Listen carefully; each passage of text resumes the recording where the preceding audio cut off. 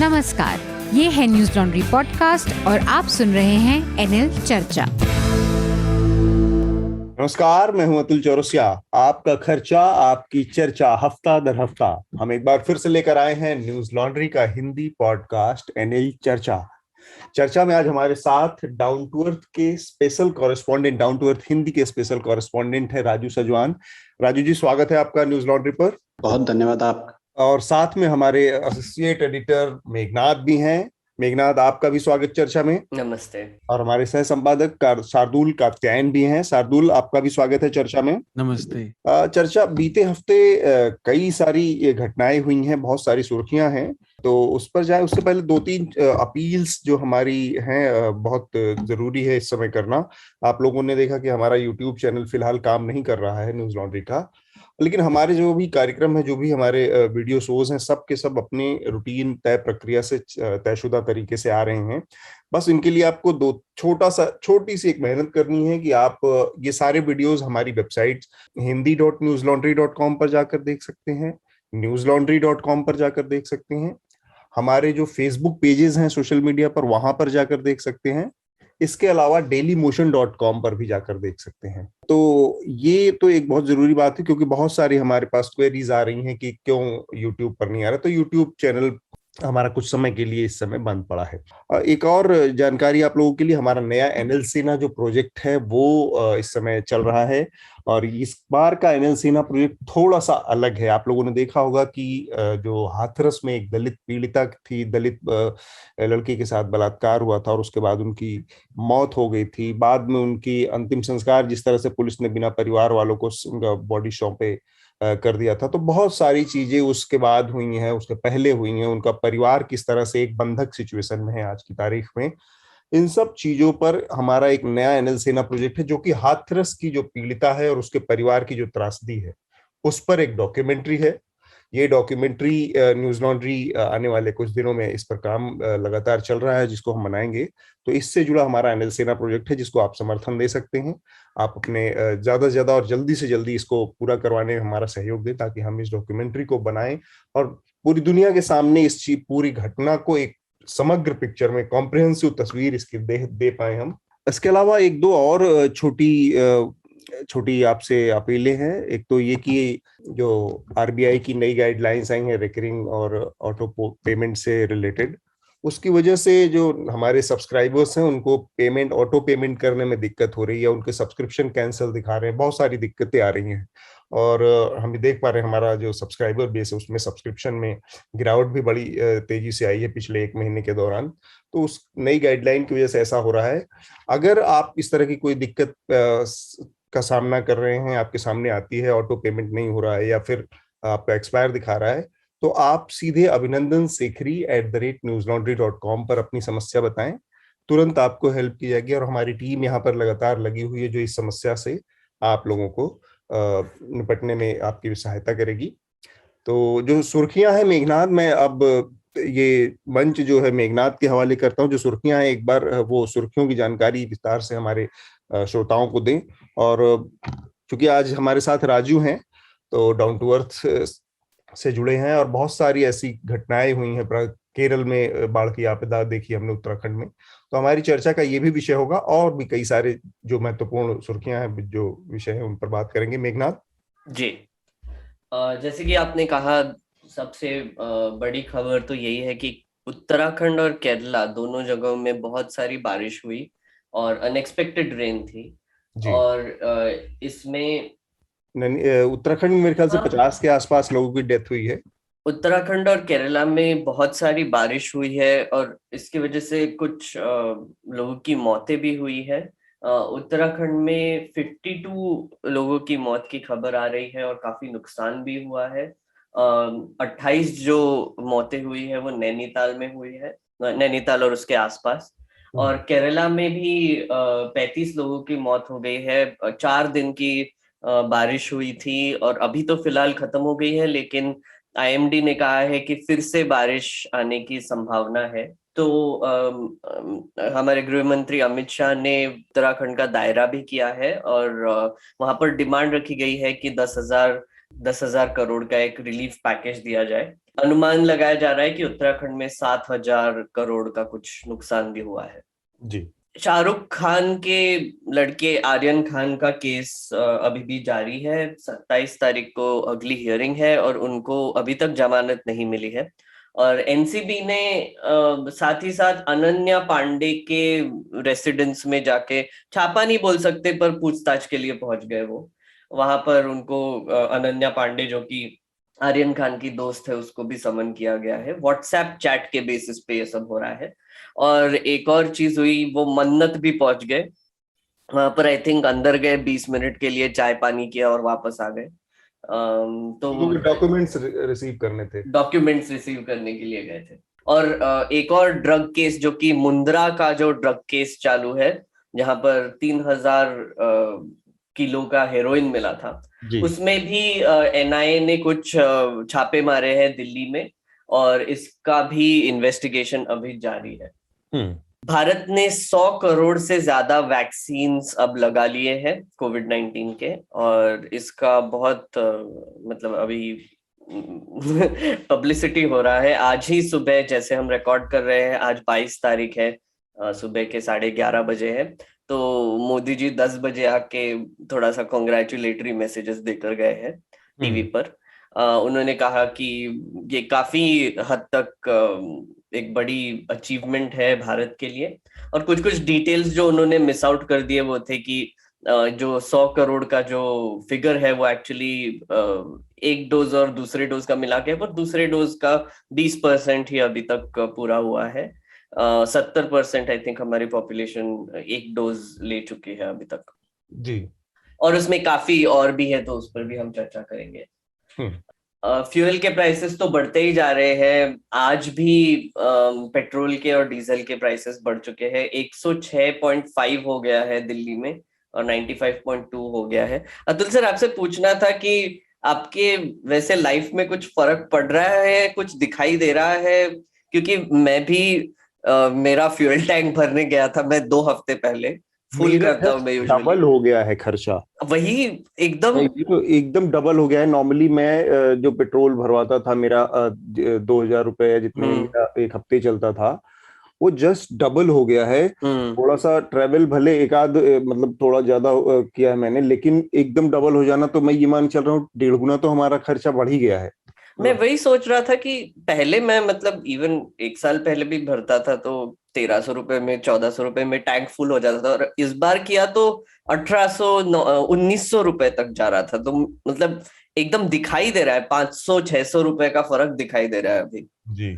और तो ये तो अभी फिलहाल बढ़ता ही जा रहा है, इसका तो कोई ठिकाना ही नहीं है।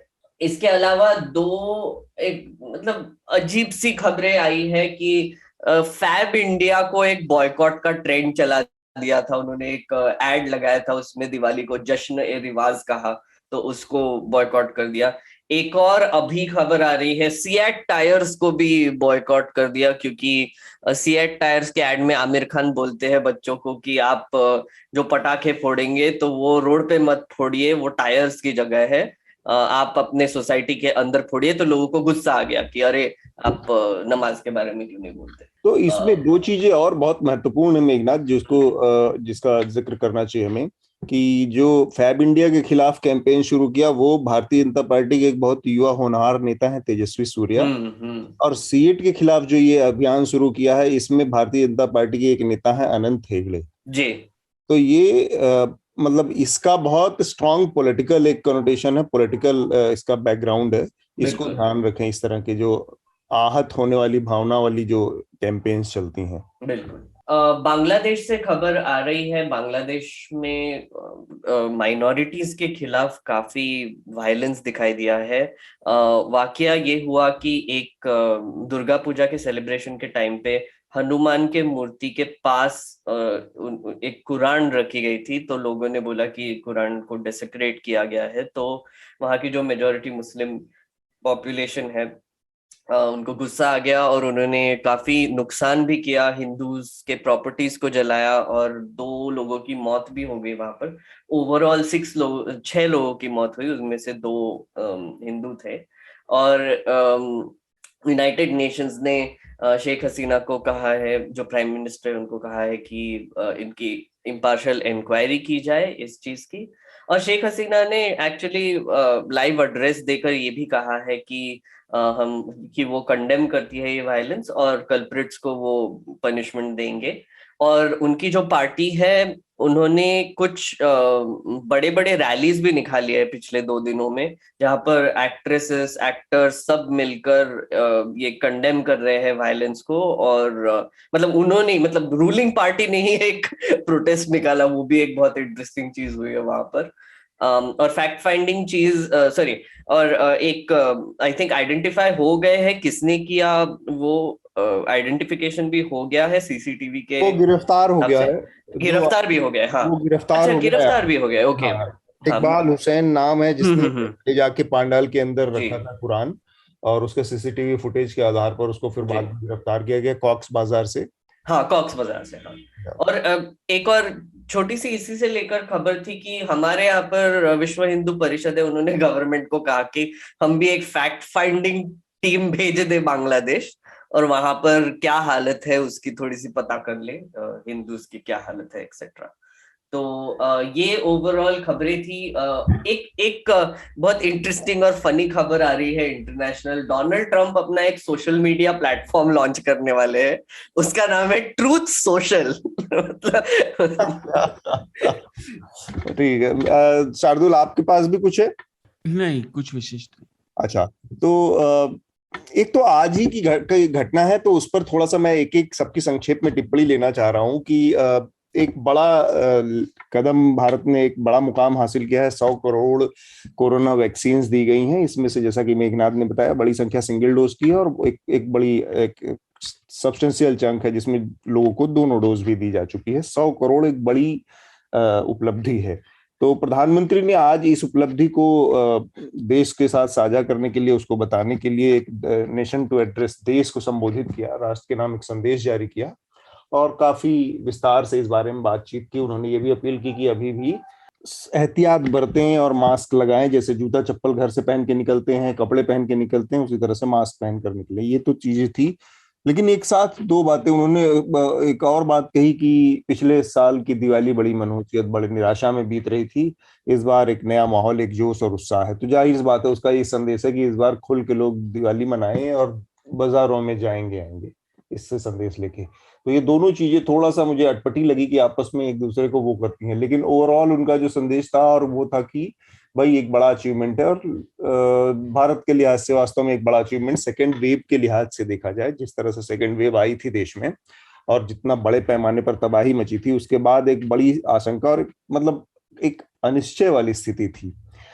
तो वहां से यहाँ तक पहुंचने की जो पूरी प्रक्रिया है, उसमें वैक्सीनेशन की पूरी जो उसको, राजू आप कैसे देख पा रहे हैं इसको? ये जो पूरा एक बड़ा अचीवमेंट है, और सरकार तो अपना प्रचार कर ही रही है, लेकिन वास्तव में ये प्रचार करने की चीज है? प्रचार करने की जहां तक बात है, तो प्रचार करने की चीज तो नहीं है। और पिछले कुछ समय से सरकार जिस तरह से अपनी उपलब्धियों को प्रचार कर रही है, जो कि बहुत रूटीन की चीजें होती थी, उनको जिस तरह से प्रचारित किया जा रहा है, ये उसी का एक हिस्सा है। तो जहां तक बात है कि आपने 100 करोड़ वैक्सीन की डोज दी है, और अगर आप दोनों को मान के चले, दोनों डोज को मान के चले, तो 20% के आसपास है, जैसे मेघनाथ बता रहे थे। तो यहाँ सवाल ये है कि क्या एक डोज काफी है? और दूसरा, ये बात आप प्रधानमंत्री लगातार कह रहे हैं कि मास्क पहन के चलिए, लेकिन जितने भी बड़े फंक्शन हैं, जितने भी कार्यक्रम होते हैं, उसमें भाजपा के खासकर लोग और जिन लोगों को लोग फॉलो करते हैं, वो लोग मास्क नहीं पहन रहे हैं। तो ऐसे में आप मास्क पहनने की अपील बार बार कर रहे हैं, ये थोड़ा समझ से परे है। दूसरी चीज इसमें जो बात आ रही है, वो ये है कि सीरो सर्वे जो लगातार हो रहे हैं, उसमें कभी आप कहते हैं कि 70% के करीब लोग कोविड के हो चुके हैं, इफेक्टिव हो चुके हैं, और एंटीबॉडी डेवलप हो चुकी है। ऐसे में आप ये भी बात आ रही है कि फिर वैक्सीन लगानी चाहिए या नहीं लगानी चाहिए, इसको लेकर भी अभी तक कोई क्लियरिटी नहीं की गई है।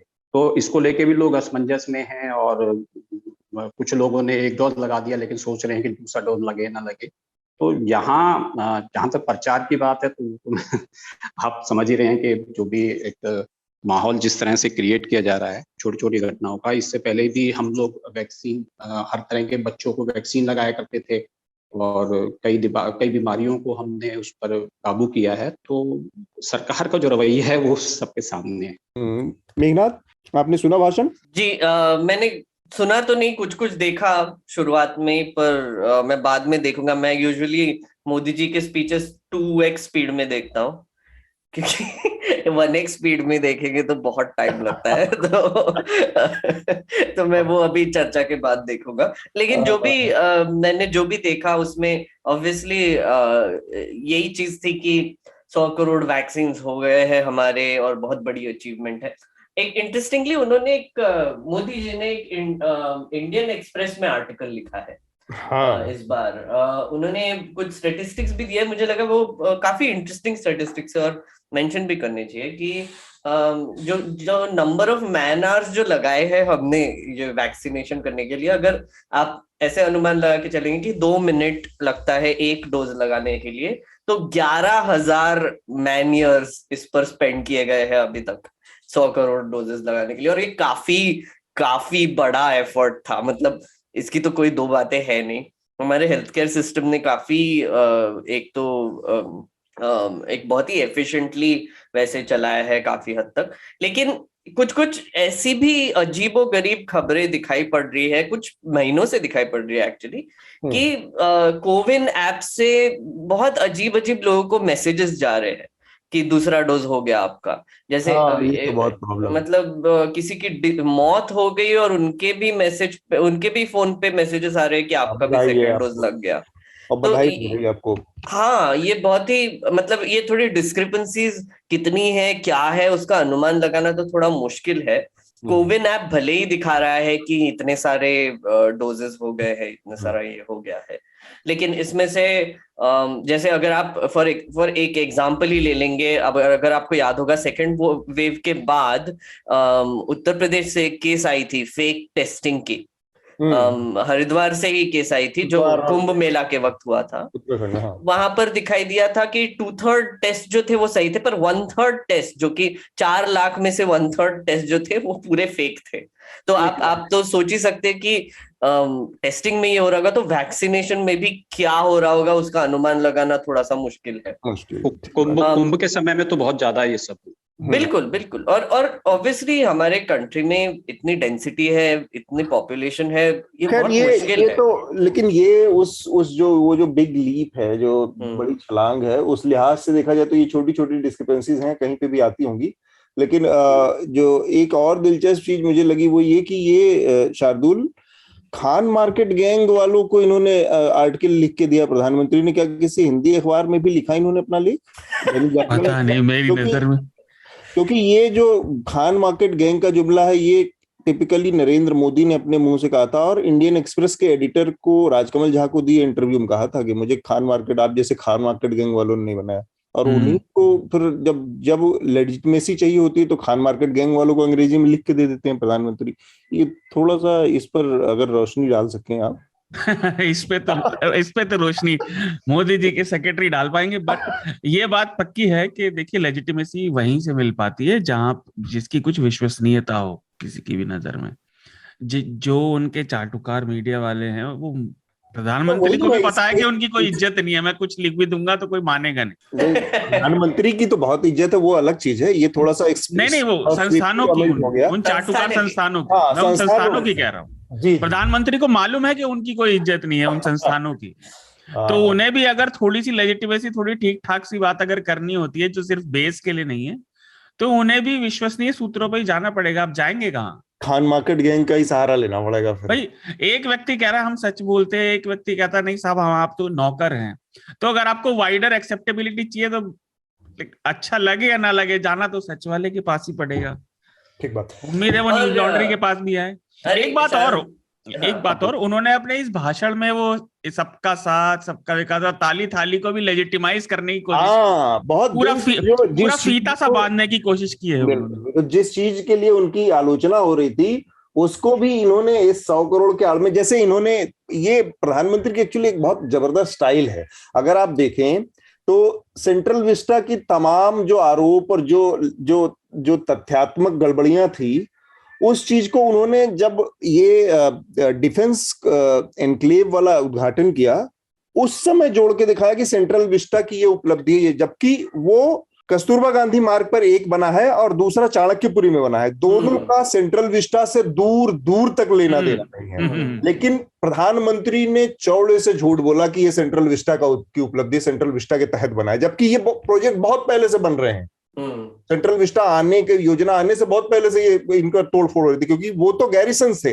वो तो अस्तबल थे, क्योंकि मैं उस इलाके में पढ़ता था, वो कॉलेज में बगल में, और उसमें हम घूमने जाया करते थे। तो वो अंग्रेजों के जमाने के पुराने गैरिसन उस तरह के थे जो अस्तबल थे, और उनके फिर वो आर्मी के बहुत सारे वो थे, बैरक्स थे अंदर अंदर अंदर अंदर अंदर बहुत एकड़ों में। तो उनको ढहाया जा रहा था बाद में फिर हमारे सामने धीरे। चाणक्यपुरी और सेंट्रल विस्टा तो आसपास फटकते हुए भी नहीं है, ऐसा भी नहीं कि आप गलती से चले जाओ। इवन कस्तूरबा गांधी मार्ग नहीं फटकता। हाँ। तो इसको उन्होंने सेंट्रल विस्टा, तो इसी तरह से उन्होंने इस बार जैसे कहा कि वो उन्होंने ताली थाली भी बजाई, दिए भी बजाए, तो उनका वो सब बहुत सही था। हालांकि एक लेवल पर ये चीज हो सकती है, आप इसको इस तरह से कहते हैं कि जब बहुत डिप्रेसिंग टाइम हो, बहुत बुरा दौर हो, तब लोगों को थोड़ा सा बांधे रखने के लिए, हौसला देने के लिए कुछ चीजें की जाती हैं। लेकिन आप इसको ये कहें कि इनकी वजह से सफलताएं मिली है, तो वो थोड़ा एग्जैजरेशन है। क्योंकि उसी के बाद तो सेकंड वेव आई ना, उसी के बाद तो इतनी मौतें हुई। हमारे भी कितने रिपोर्टर्स गए थे, कितने सारे डिस्क्रिपेंसीज दिखे जहां पर डिस्ट्रिक्ट कुछ और नोट कर रही है और उससे ज्यादा, कई ज्यादा मौतें हो रही है, और ऊपर से गंगा के किनारे इतने सारे बॉडीज दफन हुए। ये सब ऐसे, मतलब एक तो आई थिंक ये थोड़े से मजिशियन टाइप ही है हमारे मोदी जी, क्योंकि मतलब और कुछ बोल ही नहीं सकते। क्योंकि इतना, अगर आप सोचेंगे अप्रैल में ही इसी साल हम सब घर पे बैठ के डरे सहमे हुए बैठे थे, कॉल पे कॉल आ रहे थे लोगों के, हम भी कॉल किए जा रहे थे, पैनिक का सिचुएशन था पूरे कंट्री में। पैनिक वो ऐसा समय था, उसको अगर कायदे से कुछ बहुत कम शब्दों में डिफाइन किया जाए तो सरकार पूरी तरह से अनुपस्थित थी। ट्विटर सबसे भरोसेमंद इस समय हेल्पलाइन बना हुआ था। ट्विटर के अलावा कहीं से कोई हेल्प नहीं आ रही थी, और सरकार के मंत्रियों का आप देख लीजिए, जो दिन भर में 20 ट्वीट करते हैं मोदी जी की बधाई हो, मोदी जी को बधाई हो, वो सारे के सारे साइलेंट चले गए, साइलेंट चल रहे थे। और ऊपर से मोदी जी तो वो मोरों के साथ वगैरह भी दिखाई दिए थे उसके बाद। तो मतलब मैं वही सोच रहा हूँ कि एक बहुत ही अमेजिंग चीज करते हैं मोदी जी की, जो भी क्रिटिसिज्म है, जो भी बुरा हुआ है, जो भी उनकी रिस्पॉन्सिबिलिटी, उसके बारे में एक भी बात नहीं करेंगे, लेकिन समय आने पर वेट करेंगे, और फिर समय आने पर जब सब अच्छा चल रहा होगा, फिर से जब लोग सहमे हुए होंगे, वो वापस को जस्टिफाई कर वो तो गलतियों के बारे में बात भी नहीं करेंगे, पर जब लोगों का मूड ठीक होने लगेगा तब वो लोग वो क्रेडिट लेने लगेंगे कि हाँ हमने ही तो किया है, आपका मूड अभी ठीक हुआ है क्योंकि हमने ही तो सब कुछ किया, फ्री वैक्सीन दे रहे हैं अभी। तो हम अपना जो मुख्य हमारे दो विषय हैं, बांग्लादेश पर भी बात करेंगे, लेकिन सबसे पहले जो आपदा आई है ये केरल, और यहाँ पर जैसा कि आपने बताया 52 लोगों की मौत उत्तराखंड में हुई है बाढ़ की वजह से, और 35 लोगों की मौत केरल में हुई है, और बहुत भयावह तस्वीरें भी आई हैं। ये मानसून तो नहीं होगा राजू जी, ये क्योंकि मानसून के बाद ये कुछ पैदा हुआ डिस्टरबेंस है, लेकिन तो इसको हम फिर से उसी घटना से जोड़कर देखें कि जिस तरह से पर्यावरण के लगातार बदलाव हो रहे हैं और बहुत अनएक्सपेक्टेड बिहेवियर पर्यावरण का सामने आ रहा है, क्योंकि संतुलन बिगड़ा हुआ है पूरे इकोसिस्टम का पर्यावरणीय। जी उत्तराखंड की अगर बात करें तो उत्तराखंड को 7 या 8 तारीख को मानसून वहां से हो चुका था, विड्रॉ हो चुका था, और धीरे धीरे मानसून विड्रॉ हो रहा है। लेकिन ये जो हुआ है ये वेस्टर्न डिस्टर्बेंस कहा गया है इसको, और एकदम से इतनी बारिश हुई है कि पिछले सालों में कभी इतनी बारिश नहीं हुई है। और केरल में तो अभी शायद अभी मानसून है, और लेकिन ये धीरे धीरे विड्रॉ हो रहा है 26 के आसपास। लेकिन ये जो उत्तराखंड वाला जो सीधा जो मैं सीधी बात करूं क्योंकि मैं उत्तराखंड का रहने वाला हूं, तो इसकी पीड़ा मुझे ज्यादा है। यहाँ 3 कारण मुझे समझ में आते हैं। एक तो नो डाउट जलवायु परिवर्तन है, और बहुत तेजी से जो दुनिया भर में जो हो रहा है, ग्लोबल वार्मिंग और क्लाइमेट चेंज, उसके मुकाबले हिमालय में ज्यादा हो रहा है। ये आईपीसीसी की रिपोर्ट और बाकी रिपोर्ट्स भी कह रही है कि हिमालय ज्यादा सेंसिटिव है। उसकी वजह यह है कि वो एक तो नया पहाड़ है और दूसरा वहाँ पे जो उसकी वो है सेंसिटिविटी ज्यादा है। तो नो डाउट क्लाइमेट चेंज है, लेकिन वहाँ पर जिस तरह से उसका दोहन हो रहा है ना वो वाकई बेहद दर्दनाक है। हम लोग ने पिछले लगातार रिपोर्ट करते रहते हैं हाइडल प्रोजेक्ट्स वहाँ पे जो बन रहे हैं, चार धाम रोड बन रही हैं। अभी पिछले दिनों में हिमाचल में था, तो हिमाचल में लोगों ने हाइडल प्रोजेक्ट्स का जिस तरह से वहाँ पर उन लोगों के जीवन खतरे में है, उनकी आर्थिक खतरे में है, उसके खिलाफ वहाँ के नए लड़कों ने, बिल्कुल 22-23 साल के 24 साल के लड़के हैं, उन लोगों ने वहाँ पे एक बड़ा मूवमेंट खड़ा कर दिया है, नो मीन्स नो करके। और अभी वो 30 अक्टूबर को वहाँ पर मंडी लोकसभा क्षेत्र के लोग वो आते हैं, वहाँ पर उपचुनाव है। तो उन्होंने सबने कहा है कि हम नोटा का बटन दबाएंगे, और बहुत तेज, मतलब उनको बहुत ये नहीं है कि वो केवल लड़के ही हैं, उनको पूरा सपोर्ट मिल रहा है वहाँ पे। मैंने खुद मेरी आंखों देखी है। तो ये हाइडल प्रोजेक्ट और चार धाम रोड, ये बिल्कुल इस तरह के जो रोड वाइडनिंग हो रही हैं, बिल्कुल अनसाइंटिफिक तरीके से, बल्कि मैं तो कह रहा हूँ कि साइंस को भी ये लोग अपने हिसाब से बना लेते हैं, और उसमें ये लोग वो कर रहे हैं, उसका पूरा फायदा उठा रहे हैं। मैं इसे इस तरह से देखता हूँ कि जो हिमालय जो है वो अभी सब लोग जानते हैं कि वो नया पहाड़ है। तो जब हम अपने बच्चों का पालन पोषण कर रहे होते हैं तो बहुत सेंसिटिव तरीके से करते हैं, और उनको जब हम वो युवा भी हो जाता है तब भी हम बड़े ध्यान से रखते हैं। उनको कोई ऐसा काम नहीं सौंपा जाता जिससे कि वो टूट जाए। तो लेकिन हमने क्या किया है कि हमने हिमालय को बनने से पहले ही, हिमालय का पूरा जवान होने से पहले ही उस पर उसका दोहन करना शुरू कर दिया है।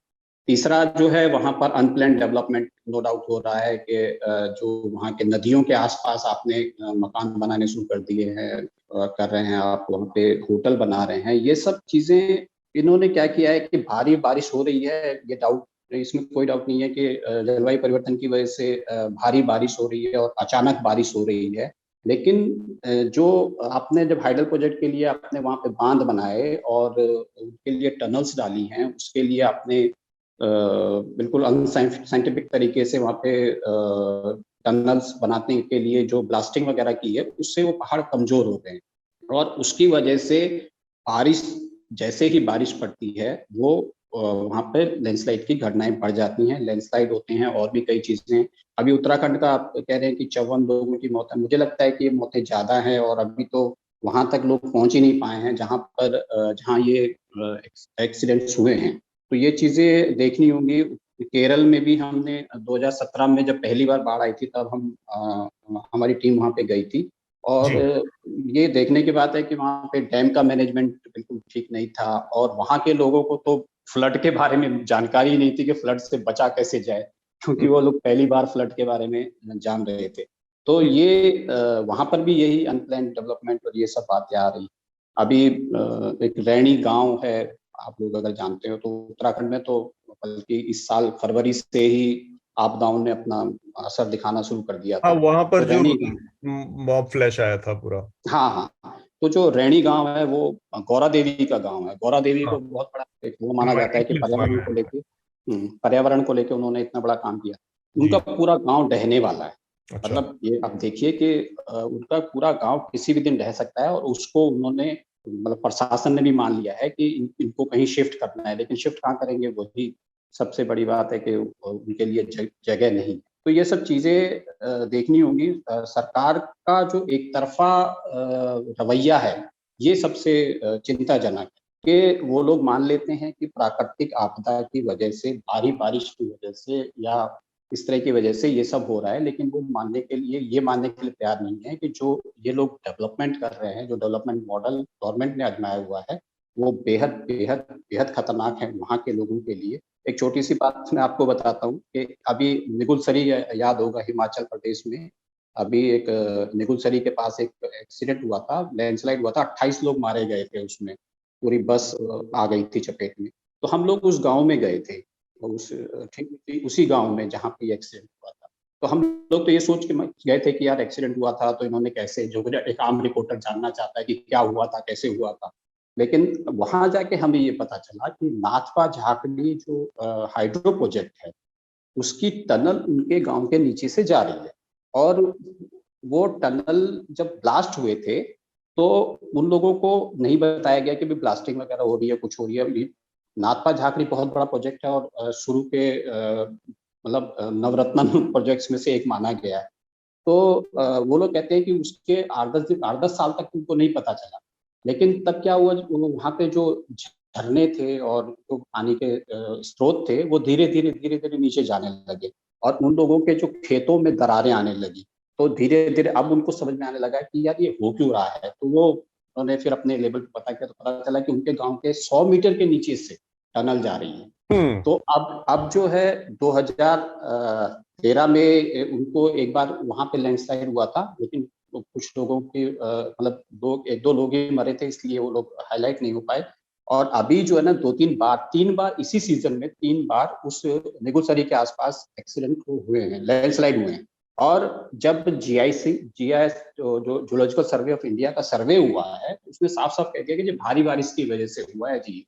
कोई इसमें ये लोग गलत कह रहे हैं कि यहाँ पे जो टनल डाली गई थी इसकी वजह से ये पहाड़ कमजोर हो चुका है और वो उनको नुकसान हो रहा है। तो ये जो सरकार का जो एक तरफा रवैया है, डेवलपमेंट मॉडल को लेकर जो एक तरफा विचार है, वो मुझे लगता है बहुत खतरनाक है। मुझे लगता है कि राजू आपने बहुत विस्तार से इस पर, ये उत्तराखंड की जो समस्या है उस पर बताया है।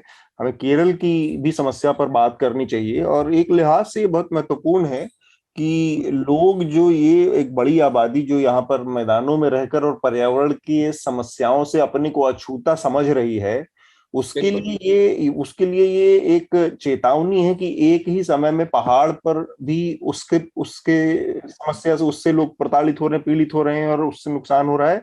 और केरल जैसे नीचे जहां पर अपेक्षाकृत मैदान और तटीय इलाके हैं वहां पर भी तो बचा कोई नहीं है। मेघनाद और शार्दुल, आप लोग इस पूरी घटना को कैसे देख पा रहे हैं, क्योंकि आज की तारीख में बहुत ही बड़ा मसला है एक, और ऐसे समय पर ये दोनों घटनाएं हुई हैं जब अगले हफ्ते कॉन्फ्रेंस ऑफ पार्टीज का 26वां सम्मेलन होने जा रहा है। तो ऐसे मौके पर जब हम एक बड़ी आपदा से गुजरकर और इतने बड़े पर्यावरण संबंधी एक सम्मेलन वहां पर होने जा रहा है, उसके जो टारगेट से उसके लक्ष्य थे, उन तमाम चीजों से दुनिया बहुत पीछे खड़ी है, तब ये महत्व इस मौके पर इस बहस का, इस सम्मेलन का महत्व बहुत बढ़ जाता है कि आखिर कैसे दुनिया इससे निपटने के रास्ते निकालेगी। मेघनाद, शार्दुल और राजू, आप तीनों लोग अपनी बात रख सकते हैं। सबसे पहले मैं चाहूंगा मेघनाद। नहीं, शार्दुल कौन? हाँ, गो अहेड। ठीक है। देखिए, जैसा राजू ने बताया, ये उत्तराखंड में तो चल ही रहा है। आपको याद होगा कुछ महीने पहले जब वो इंसिडेंट हुआ था जहां पर ये ओवरफ्लो हो गया था, ये सारा डैम डूब गए थे और बिजली उत्पादन का, मेरे दिमाग से नाम उतर गया, उसका क्या था संसाधन, वही जिसका जिक्र कर रहे थे उनके गांव। हाँ, तो जब वो बहा था हमने ये बात तब भी करी थी कि ये अनब्राइडल्ड डेवलपमेंट है। ये डेवलपमेंट के नाम पे मैदानों को कॉपी करने का है, उत्तराखंड में हो रहा है। लेकिन ये सिर्फ उत्तराखंड की बात नहीं है, राजू ने उत्तराखंड की बात रखी। एक मैं छोटी सी होलसेल पिक्चर आपके सामने रखता हूँ। भारत में जो ये प्राकृतिक आपदाएं हैं, जिसको जनरली पेपर्स में एक्सट्रीम वेदर इवेंट्स बोलते हैं, ये 3 गुना बढ़ गई हैं औसतन। ये हर साल आती हैं, आप देखिएगा, चाहे बिहार हो, असम हो, उत्तराखंड में भी कई दिन से। जो सेंट्रल फॉर एनर्जी का सर्वे है और उनकी जो रिपोर्ट है उसके हिसाब से 1970 से 2005 तक जो सालाना औसत आता है ऐसे इवेंट्स का, वो 7 का था, और 2005 से अब तक का ये 21 इवेंट प्रतिवर्ष का हो गया है। आप देख रहे हैं, 3 गुना तो ये हर साल के में बढ़ गया। ये तो सरकार और मतलब सारी एजेंसी मान रही है। बिहार, उत्तराखंड, और 2018 से आप नोटिस करिए केरल में भी, 2019 में भी केरल में हुआ था, पिछले साल भी हुआ था, और अब देखिए इस साल भी हो रहा है। इसी साल तूफान तौकते भी आया था। ये सारी बातें मैं इसलिए गिना रहा हूं क्योंकि ये सामूहिक दोहन जो चल रहा है, देखिए, इसे कोई प्रदेश नहीं कर रहा, कोई देश नहीं कर रहा। जियोग्राफी और क्लाइमेट हमारी पॉलिटिकल बाउंड्री नहीं देखते। ये जो सामूहिक दोहन है ना, इससे कोई अछूता नहीं रह पाएगा, जैसा अभी आप कह रहे थे। और एक आखिरी चीज, उसके बाद मेघनाथ बोलने, क्योंकि वैसे तो बहुत बोला जा सकता है। हमारी सरकार भारत में अंतरराष्ट्रीय मंच पर तो सारे पर्यावरण संरक्षण के दावे करती है, चाहे पेरिस अकॉर्ड हो, उन्होंने टारगेट रखे हैं बड़े बड़े, लेकिन देश के भीतर उन नियमों को ढीला ही किए जा रही है। इनफैक्ट आप देखें कि वो शायद क्लाइमेट मैनेजमेंट नाम चेंज करने वाले हैं, अब वो क्लाइमेट कंजर्वेशन या ऐसा कुछ भी नहीं रखेंगे। मतलब छोटी से लेकर बड़ी में आप देखेंगे डोमेस्टिकली नीतियां इन नियमों को ढीला ही कर रही हैं और हम सीख नहीं रहे हैं। एक उड़ीसा का उदाहरण है, विरला, जिन्होंने पुराने वो चक्रवात से सीखा और अब उनके यहाँ जान माल की रक्षा करने का बहुत अच्छा सिस्टम बना हुआ है। नहीं तो हमारे यहाँ ये नहीं हो रहा और ये बहुत चिंता का विषय है। और मैं बाद में बोलूंगा मेघना। शार्दुल ने जो बात कही कि हमने वो टारगेट्स जो दिए थे और वो वैसे बहुत लो और अचीवेबल टारगेट्स ही सोच कर दिए थे, क्योंकि इंडिया का स्टैंड हमेशा क्लाइमेट चेंज के बारे में ये रहा है कि अमेरिका जैसे जो बड़े विकसित देश है, जो यूके में जो सारे विकसित देश है, उन्होंने ज्यादा पोल्यूशन क्रिएट किया है और उसकी वजह से क्लाइमेट चेंज हुआ है। और इंडिया जो कि 1.3 बिलियन लोग रहते हैं यहाँ पर, हमारा बहुत ही लिमिटेड असर रहा है जिसकी वजह से क्लाइमेट चेंज हो रहा है। तो इसकी वजह से हमको पीनलाइज ना किया जाए पर विकसित देशों को ज्यादा पीनलाइज किया जाए, ये एक ओवरऑल स्टैंड रहा है और मुझे लगता है ये एक थोड़ा लेजिटिमेट स्टैंड भी है।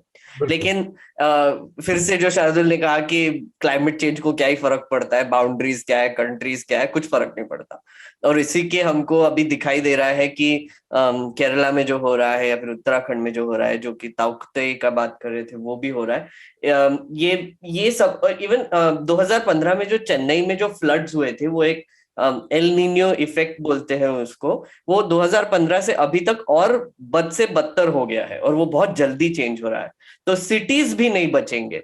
बॉम्बे में जो फ्लड्स आ रहे हैं, चेन्नई में जो फ्लड्स आ रहे हैं, वो भी इसी बात को हमको बार बार दिखा रही है कि क्लाइमेट चेंज की वजह से एक्सट्रीम वेदर इवेंट्स जिसको बोलते हैं वो बढ़ने वाले हैं। अब मैं एक रिपोर्ट के बारे में श्रोताओं को बताना चाहूंगा। आईपीसीसी की रिपोर्ट आई थी अगस्त में, उस पे हमने रिसर्च भी किया था, उस पे हमने एक संसद वॉच पे एपिसोड भी किया है। तो उसमें वो रिपोर्ट में 4 बहुत ही क्लियर चीजें बोली गई थी और इसीलिए बहुत इंपॉर्टेंट रिपोर्ट था वो। पहला तो ये कि हमारा जो टारगेट जो रखा गया है, ग्लोबल वार्मिंग का टारगेट, जो कि 1.5 डिग्री सेल्सियस के ऊपर जाने नहीं देना है, ऐसे सब कंट्रीज ने बोला है, वो 2040 तक ही ब्रीच हो जाएगा। पहले बोल रहे थे कि 2050 तक हमको कम करना है, पर अभी 2040 में वो ब्रीच हो जाएगा। दूसरी ये बात कही कि एक्सट्रीम वेदर इवेंट्स जैसे साइक्लोन्स, फ्लड्स और ड्रॉट्स बहुत ज्यादा बढ़ने वाले हैं अभी 2030 से लेके आगे जाके। तीसरी चीज ये बोली कि ये जो इफेक्ट्स जो है, अभी तक के हम ये मान के चल रहे थे कि कुछ हम अगर स्टेप्स लेंगे सब कंट्रीज मिलकर थोड़ा सा टेम्परेचर कंट्रोल करने में, तो वो मैनेजेबल होगा। पर ये रिपोर्ट ने ये कहा है कि कुछ चेंजेस जो है वो अब इररिवर्सिबल है। इसका मतलब ये है कि अभी जो हम स्टेटस में है, जो हम पे ये वेदर इवेंट्स हो रहे हैं, वो अभी परपेचुअली होने वाले हैं और बदतर होने वाले हैं। और 4 जो सबसे इंपॉर्टेंट चीज कही वो रिपोर्ट में, कि ये सब ह्यूमंस ने किया है, ये सब हमारे मानवों ने इंडस्ट्रियलाइजेशन करके टेम्परेचर बढ़ा के ये सब किया है। तो ये जो रिपोर्ट है, इसका एक तो हमारे इंडियन मीडिया ने तो बात किया ही नहीं, पर गवर्नमेंट में भी इसको किसी ने वैसे सीरियसली लिया नहीं है। क्योंकि पिछले हफ्ते ही हम बात कर रहे थे एक पावर क्राइसिस के बारे में, वहां पर हम इसके बारे में बात कर रहे थे कि 700 मेगाटन जो हमारा कोल प्रोडक्शन का जो टारगेट है वो मीट नहीं हो रहा है, पर लेकिन 700 मेगाटन का जो कोल प्रोडक्शन का टारगेट है वो जलाया जाएगा और उससे जो क्लाइमेट पे असर पड़ेगा वो बहुत ज्यादा होगा। तो ये सब चीजें मद्देनजर रखते हुए ये जो केरला और उत्तराखंड में जो फ्लड्स हो रहे हैं, जब ऐसे इंसिडेंसेस होते हैं तो हमको ये बार बार दोहराना चाहिए, ये सब चीजें जो मैंने अभी बोली कि ये एक क्लाइमेट चेंज की वजह से हो रहा है, क्लाइमेट चेंज की वजह से हो रहा है, क्लाइमेट क्राइसिस बन चुका है अभी। ठीक बात। राजू, आपने दोनों लोगों की बातें सुनी और साथ में अगर हम चाहेंगे कि सीओपी के नजरिए से अगर आप थोड़ा सा इसको एक्सप्लेन कर पाए, क्योंकि अगले हफ्ते वो भी होना है इस सम्मेलन में, तो भारत का क्या नजरिया रहेगा उस पर भी अगर हम थोड़ा सा बात कर पाए। राजू बोले उससे पहले एक छोटी सी बात जोड़ना चाहता हूँ जो मैं रह गया था बोलना। वो ये कि सबको पता होगा, लेकिन श्रोताओं के लिए, ये जो बारिश हो रही है इसमें आप देखेंगे अंदर से खबरें आ रही हैं कि नदियों ने भी अपना रास्ता बदल दिया है। याद कीजिए वो अप्रैल मई वाले इंसिडेंट में भी यही हुआ था, नदी के पाट काट दिए गए थे कंस्ट्रक्शन की वजह से, और फिर जब पानी आया तो उसको रोकने का कोई प्राकृतिक व्यवस्था थी नहीं, तो वो सब कुछ बहा कर ले गया। बिल्कुल। और ये चीज इतनी खतरनाक है, अनब्राइडल्ड डेवलपमेंट जिसका राजू ने जिक्र किया था, वो बहुत ज्यादा, क्योंकि एक बार नदी ने रास्ता बदला तो फिर आप उसे नहीं रोक पाएंगे। तो इसमें शार्दुल की एक बात से मैं इसको शुरू करना चाहता हूँ कि शार्दुल कह रहे थे कि हमारी सरकारें क्या कर रही हैं। तो अगर आपको पता हो कि आप लगातार शायद आपने बात भी की हो कि इन्वायरमेंट इम्पैक्ट असेसमेंट करके एक कानून है जो कि इन्वायरमेंट पे क्या इम्पैक्ट पड़ रहा है उसका असेसमेंट करता है, सरकार उसको ही बदलने जा रही है। तो उसमें चेंजेस हो रहा है, और जो है आपने केवल अंग्रेजी में उसको छाप दिया गया। जब लोगों ने इसका विरोध किया तब जाकर आप बता रहे हैं कि हिंदी में अभी 2-3 दिन पहले ही ये आया है कि हिंदी में उसको छापा गया है कि उसका क्या इम्पैक्ट होगा। लेकिन दिक्कत ये है कि सरकार की हिंदी जो होती है वो अंग्रेजी से भी खतरनाक होती है।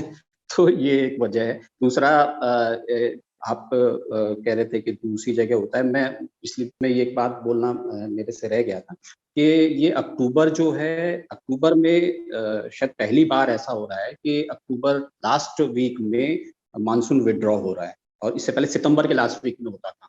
तो यहाँ ये बात समझनी होगी कि अक्टूबर के लास्ट वीक में जब खरीफ सीजन का एंड हो रहा होता है, यानी कि खरीफ की जो हमने बुआई की है उसकी कटाई हो रही होती है, तो उस समय, और मंडी में भी वो फसल पहुंच जाती है, उस समय अगर बारिश होगी तो क्या होने वाला है। ये आप जो फूड सेफ्टी की बात करते हैं कि क्या वो होगा, और COP26 का जो है उसमें गवर्नमेंट का रवैया क्या होगा, ये मैं इसको लेके बहुत ज्यादा वो ये मान के चलता हूँ कि हो सकता है जो भी होगा वो किताबी होगा, क्योंकि सही मायने में सरकार का कोई वो नहीं है। सरकार सही मायने में एनवायरनमेंट को लेके ये मान के चलती है कि उसके लिए कॉर्पोरेट को ज्यादा फायदा पहुंचाना और इस तरह की चीजें बदलाव करना, जैसे कि अभी शार्दुल कह रहे थे कि नदियों का आप रुख बदल देंगे, तो ये सब सरकार को अगर कुछ कहती भी है तो उसकी नीयत पर शक है, मुझे तो कम से कम। ठीक बात। राजू ने एक बहुत ही इंटरेस्टिंग चीज कही अतुल सर की, मॉनसून अगर 1 महीने से अगर शिफ्ट हो गया है, और मतलब जो खरीफ का जो लास्ट ईयर भी ऐसा ही हुआ था। इवन सर्दियां भी शिफ्ट हो रही हैं, सर्दियों का भी शिफ्ट हो गया, फरवरी और मार्च तक बिल्कुल हो गई हैं। बिल्कुल। और इसका एक बहुत ही इंटरेस्टिंग अतुल सर एक बहुत इंटरेस्टिंग इफेक्ट है कि हमारे जो फेस्टिवल सीजन्स होते हैं, जो दिवाली, जो गणेश पूजा से लेके जो दिवाली एक्चुअली जो शुरू होती है, वो इसी की वजह से होती है कि हम इस समय पे मतलब क्रॉप कटिंग करके उसके जो पैसे आते हैं वो हम एक फेस्टिव तरीके से दिवाली में खरीदी करके एक्सेट्रा खर्च करते हैं। तो अगर आप सोचेंगे कि 1 महीने से अगर ये शिफ्ट हो रहा है, तो हमारा जो दिवाली जो सीजन होने जा रहा है वो एक्चुअली दिवाला सीजन हो जाएगा। फिर आप मतलब इसका एक तो सर्विस इंडस्ट्री पे कितना इफेक्ट पड़ेगा, इसका ओवरऑल एक कास्केडिंग इफेक्ट कितना होगा, इसके बारे में थोड़ा सा हमको और एक स्टडी करने की भी जरूरत है एक्चुअली। देखिए, आईपीसीसी की रिपोर्ट में इसका जिक्र था। उन्होंने जो कीवर्ड बहुत समाचारों में चला, जहां भी चला, वो था रेड अलर्ट फॉर ह्यूमैनिटी। मानवता के लिए आखिरी लाल बत्ती है, ये रेड अलर्ट है। क्योंकि जो 1.5 डिग्री सेंटीग्रेड जिसकी बात अभी मेघनाथ कर रहे थे, बता रहे थे, है क्या, ये औसत टेम्परेचर है हमारे वायुमंडल का, एटमॉस्फेयर का। अगर ये इतना पहुंच गया, आप देखिए जितनी पिछली मियाद दी गई थी आईपीसीसी की तरफ से, वो सब पहले पूरी हो गई हैं। क्योंकि ये रुक नहीं रहा है, हमारा कंजम्पशन, हमारा लाइफ, इसमें सारी चीजें इन्वॉल्व हैं। सभी का, अधिकतर मानव जैसे आज रहते हैं उनका लाइफस्टाइल, खाना पीना, हमारा बिजली, इसमें सब चीज इन्वॉल्व है। हर साल कुछ ना कुछ प्रजातियां एक्सटिंक्ट हो रही हैं। ऐसा नहीं है, ये बहुत तेजी से, आप देखिए दुनिया में आग लगी हुई है। कोआला बियर छोटे छोटे, ऑस्ट्रेलिया में जो पिछले साल आग लगी, भयंकर उन्हें हानि हुई, वो लगभग खत्म होने पे आ गए हैं। अमेरिका में अभी भी आग लगी हुई है। तो ऐसा नहीं है, जो ठंडे देश हम मानते थे, कनाडा और ये वेस्टर्न यूरोपियन देश, वहां दिल्ली जैसी गर्मी पड़ रही है। सोचिए आप, बहुत तेजी से दुनिया बदल रही है। और जहाँ थोड़ा बहुत नहीं है वहां पर आदमियों के दिमाग गर्म हुए पड़े हैं। लोगों को लगता है कि घंटी बजाने से हो जाएगा काम, नहीं होगा। एक्चुअली एक इंटरेस्टिंग चीज अतुल सर एक और जोड़ना चाहूंगा, क्लाइमेट माइग्रेशन जो एक टर्म है उसके बारे में थोड़ा सा बात करना चाहिए, क्योंकि ये क्लाइमेट चेंज की वजह से होता क्या है कि एक्सट्रीम वेदर इवेंट्स अगर एक कंटिन्यूअस 5 ईयर से 10 ईयर के पीरियड में होते हैं, तो जैसे कि राजू ने हमको एक एग्जांपल दिया वो विलेज का जो बहने वाला है, या फिर वो विलेज जो जहां पर ड्रॉट पड़ा है क्योंकि वहां पर नीचे से टनल जा रहा है। अब वहां के लोग वो विलेज और उसके आसपास के पूरे रिसोर्सेस अनसस्टेनेबल हो जाएंगे, तो वो माइग्रेट करेंगे। अब वो माइग्रेट कहाँ पर करेंगे? सिटीज में करेंगे। और सिटीज में जब माइग्रेशन बढ़ता जाता है और अर्बन सेंटर्स पे प्रेशर बढ़ता जाता है, तो सोशल स्ट्राइफ भी बढ़ता है। तो रिसोर्सेस कम पड़ने लगते हैं, लोगों को खाना नहीं मिलता है, लोगों को इलेक्ट्रिसिटी नहीं मिलती है, और उसकी वजह से बहुत सारी बेसिक जरूरतें, बहुत बेसिक जरूरतें वो पूरी नहीं हो पाती है, और उसकी वजह से फ्रस्ट्रेशन बढ़ता है सोसाइटी में। तो मुझे लगता है कि ये जो बिगटरी और ये जो डिविजन्स जो आ रहे हैं हमारे सोसाइटी में, ये इसका एक डायरेक्ट रिलेशनशिप क्लाइमेट चेंज से भी हो सकता है, क्योंकि माइग्रेशन जब होता है और एक अलग अलग तरीके के लोग मिक्स करने लगते हैं साथ में, तो सोशल स्ट्राइफ भी बढ़ता है। राजू, आपको कुछ कहना है इस पर आखिर में, फिर हम अगले विषय की तरफ बढ़ेंगे? नहीं, काफी चीजें हो गई हैं। मुझे लगता है कि बस हमें जो है इसको गंभीरता से लेना शुरू कर देना चाहिए। बिल्कुल बिल्कुल। मैं एक छोटी सी बात कहता हूँ, आपके दूसरे विषय की तरफ सेगवे भी होगा अतुल जी। मेघनाथ जी जो बात कही, तो भारत में ऑलरेडी क्लाइमेट रेफ्यूजीज हैं, उत्तराखंड के, केदारनाथ के समय के और अभी साल के पहले के। और भारतीय उपमहाद्वीप, ये नेपाल, पाकिस्तान, बांग्लादेश, भारत, श्रीलंका का एरिया, ये क्लाइमेट चेंज से बहुत ज्यादा अफेक्ट होने वाला है। जिसमें बड़ा रीजन है बांग्लादेश और पाकिस्तान का। जो क्लाइमेट माइग्रेशन की बात मेघनाथ कर रहे हैं, अगर हमने समय पर कदम नहीं उठाए तो वहां की एक बहुत बड़ा क्षेत्रफल दोनों देशों का रहने लायक नहीं बचेगा। तो आप सोच लीजिए वो कहाँ आएंगे, वो यहीं आएंगे। तो जिस अतुल जी एक, हाँ बताएं। आप अभी वो ये जानना चाह रहे थे कि सरकार भारत का क्या रवैया रहेगा। तो मैं इस बात की मतलब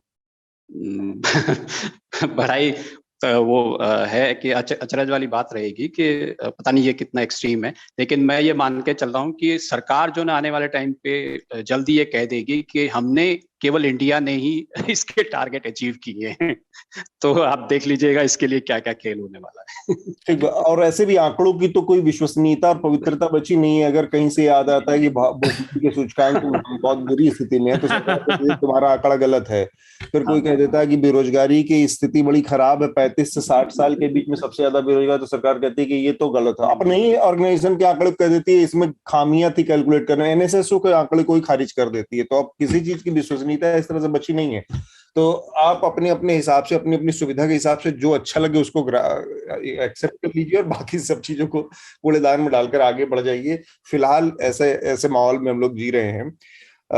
एक बहुत महत्वपूर्ण इसका एक लाइन बस मैं इसको कहना चाह रहा था, जो माइग्रेशन का जिक्र किया, क्लाइमेट माइग्रेशन। इसमें आप देखेंगे कि बहुत सारे लोग यहाँ से अलग अलग जगहों पर, ठंडे देशों में, विदेशों में, यूरोप में, अलग अलग जगहों पर क्लाइमेट को वजह मानकर, अब उसमें कई सारी चीजें, एक तो ये क्लाइमेट है, ये दूसरा एक पॉलिटिकल क्लाइमेट भी है, उस कई वजहों से माइग्रेट करते हैं। तो उसमें आपको हमेशा ये ध्यान रखना होगा कि एक होता है कि वास्तव में, जिसका जिक्र मेघनाथ ने किया, कि जब आपके रिसोर्सेस तबाह हो जाते हैं, मजबूरी में आपको क्लाइमेट और प्राकृतिक आपदाओं की वजह से करना पड़ता है। और दूसरा होता है एक बहुत एलीट नजरिया कि ओह ये तो बहुत गर्मी वाला देश है, अब तो यहाँ से छोड़ना ही पड़ेगा, तो एक दूसरा घर लंदन में बना लेते हैं, चल के कहीं कनाडा में बना लेते हैं। तो माइग्रेशन और मतलब क्लाइमेट माइग्रेशन के इस अंतर को थोड़ा सा बहुत समझ के और तब उसको एक्सेप्ट करने की जरूरत है। अदरवाइज आप उस एलीट नैरेटिव में फंस जाएंगे कि यार ये तो ठीक है कि आदमी कमा के, और फिर क्या फायदा ऐसे देश में रहने का टाइप। ये एक छोटा सा उदाहरण मैं देता हूँ जी, कि अभी हमारे यहाँ एक रिपोर्ट छपी है, हमारे फ्रीलांसर ने की है, कि बिहार का एक गांव है, वहां पे उस आदमी के पास 5 एकड़ जमीन थी जी, है ना, और 5 एकड़ जमीन में वो खेती करता था। लेकिन 2-3 साल से जो बाढ़ आ रही है उसकी वजह से वो खेती तबाह हो गई है, और वो बेचारा जो पंजाब में अब जो है खेती मजदूरी करने के लिए वहां से चल पड़ा है। मजदूरी करने, ठीक बात। तो ये माइग्रेशन नहीं तो कि क्लाइमेट माइग्रेशन। जी जी। तो अगला विषय है जो हमारा बांग्लादेश में जो घटना हुई है उसके बारे में हम बातचीत हमें करना है थोड़ा, और ये बहुत महत्वपूर्ण घटनाक्रम है 2-3 लिहाज से। एक तो जो घटना हुई उसके ताजा अपडेट देना बहुत जरूरी है। जो मुख्य आरोपी था जिसने दुर्गा पूजा पंडाल में ले जाकर रखा कुरान को, उसको वहां की पुलिस ने सीसीटीवी के फुटेज के आधार पर ट्रैक करके पकड़ लिया। उसका नाम है इकबाल हुसैन, और ये कोमिला करके एक जगह है बांग्लादेश में, वहां से शुरू हुई थी सारी घटना। और इसके बाद ये अफवाह फैली कि भाई एक दुर्गा पूजा पंडाल में कुरान का अपमान किया गया वहां पर, जबकि सीसीटीवी फुटेज में पाया गया कि जहां पर वो दुर्गा पूजा पंडाल था उसी से सटी एक मस्जिद थी, और जहां से वो आदमी जो आरोपी है जिसके बारे में कहा जा रहा है इकबाल हुसैन, वो जाता है मस्जिद में, पहले एंटर करता है रात में 2 बजे के आसपास, 2:30 बजे के आसपास, वहां से कुरान लेता है, फिर आता है, फिर वहां पर 2-3-4 बार इधर उधर घूमता रहता है, शायद कंफ्यूज भी है कुछ ऐसा। 3:30 बजे के आसपास वो दुर्गा पूजा पंडाल में घुसता है, वहां पर वो उसको रख के एक दान पेटी रखी है, दान पेटी के पास कुरान को रख के बाहर निकल जाता है। अब तक का जो घटनाक्रम है, उसके बाद अफवाहें फैली कोमिला में, चिटगांग में, कॉक्स बाजार में, चंदपुर में, लक्ष्मीपुर और नोआखली में दंगे हुए। इसके बाद 13 तारीख को बड़ी मात्रा में दुर्गा पूजा पंडालों को ढहा दिया गया, आग लगा दी गई, हिंदुओं की प्रॉपर्टीज को जला दिया उन लोगों ने वहां पर। इसके बाद अगला दिन जो 14 अक्टूबर था, उसके बाद भी इसका दायरा और बढ़ा, अलग अलग इलाकों में, खुलना में दंगे हुए, गाजीपुर में दंगे हुए, और बंदरबन एक जगह है वहां पर भी दंगे हुए। 15 अक्टूबर को एक बार फिर से चिटगांग, नोआखली और बारिसाल में दंगे हुए, और 16 अक्टूबर को मुंशीगंज, फेनी और नोआखली में दंगे हुए। तो इन सब घटनाओं में मौतें जो सबसे ज्यादा हुई, जो 6 मौतें टोटल हुई हैं, उनमें कुछ मौतें पुलिस की गोली से भी हुई हैं जो प्रदर्शनकारियों पर चलाई गई हैं। और नोआखली के इलाके में 3 दिनों के दौरान हिंदुओं की मौत हुई है, दो हिंदुओं की, जो कि प्रदर्शनकारियों के निशाने पर चढ़ गए लोग। ये घटना है। और बांग्लादेश की जो पुलिस है और जो बांग्लादेश का पूरा लॉ एंड ऑर्डर सिस्टम है, वहां पर उसकी भी एक चीज आपको समझनी चाहिए कि अब तक कुल 72 FIR दर्ज हुई हैं, 450 आरोपी अरेस्ट हुए हैं दंगे के आरोप में। ये इसलिए मैं इतना विस्तार से बता रहा था कि जिस तरह से हमारे मीडिया में पेंट किया गया सारी घटना को, अनफॉर्चुनेट घटना है दंगे फसाद, और दंगे फसाद इसी तरह से होते हैं, ये हमने देखा है। भीष्म साहनी की जो किताब है दंगे वाली, दंगे पर तमस, उसको अगर आपने पढ़ा हो तो आपको समझ में आएगा कि किस मेंटल, कैसे कि किसी ने गाय मरवाकर उसको मंदिर के सामने हिंदुओं के मोहल्ले में फेंकवाई, किसी ने सूअर को मरवाकर मस्जिद के सामने फेंकवाया, और फिर दंगे शुरू हुए इस तरह से। ये सारी ये कुरान रखने की घटनाएं भी इसी तरह की चीजें हैं, इसी तरह से लोगों के सेंटिमेंट्स को भड़काकर और दंगे।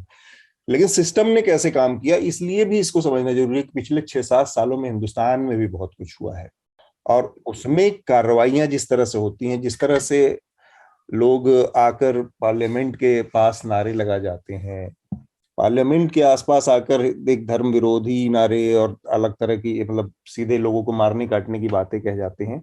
FIR तब दर्ज होती है जब उसमें बड़ा एक ये मुद्दा बन जाता है, बहुत बड़े बड़े लोग कूद जाते हैं, इंटरनेशनली छीछालेदर होने लगते, तब जाकर पुलिस मजबूरन FIR दर्ज की, वरना उसको इससे बहुत परवाह भी नहीं पड़ती होती है। मॉब लिंचिंग की जो घटनाएं हुई हैं या जो कम्युनल टेंशन वाली घटनाएं हुई हैं, उसमें कि लोगों के इतने मन बढ़े हुए हैं, आप देखेंगे कि पुलिस को फर्क नहीं पड़ता, पुलिस कॉग्निजेंस तक नहीं लेती बहुत लोगों को। बांग्लादेश में जो हुआ है उसमें जो घटनाएं और जिस तरह से पुलिस ने एक्ट किया है, वहां की जो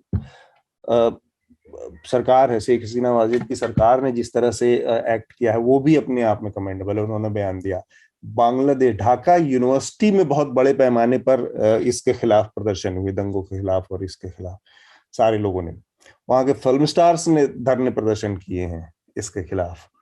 तो ये सारी चीजें बताती हैं कि एक सोसाइटी के तौर पर जिसकी उम्मीद और जिसका झंडा लेकर, जिसकी मसाल उठाकर भारत 1947 में चला था, वो भारत कैसे भटकता जा रहा है, और 1971 में बना बांग्लादेश उसका टार्च बेयरर बन गया है साउथ सब कॉन्टिनेंट में, उस सेकुलरिज्म का, उस भाईचारगी का। तो ये घटना बताती है। अब दंगे फसाद अपने आप में बहुत एक दुर्भाग्यपूर्ण स्थिति होती है और ऐसे लोग अनायास अचानक से इसकी बेट चढ़ जाते हैं, चपेट में आ जाते हैं, जिनका कोई कसूर नहीं है। तो उस लिहाज से उसको हम उस नजरिए से उसकी व्याख्या कर सकते हैं।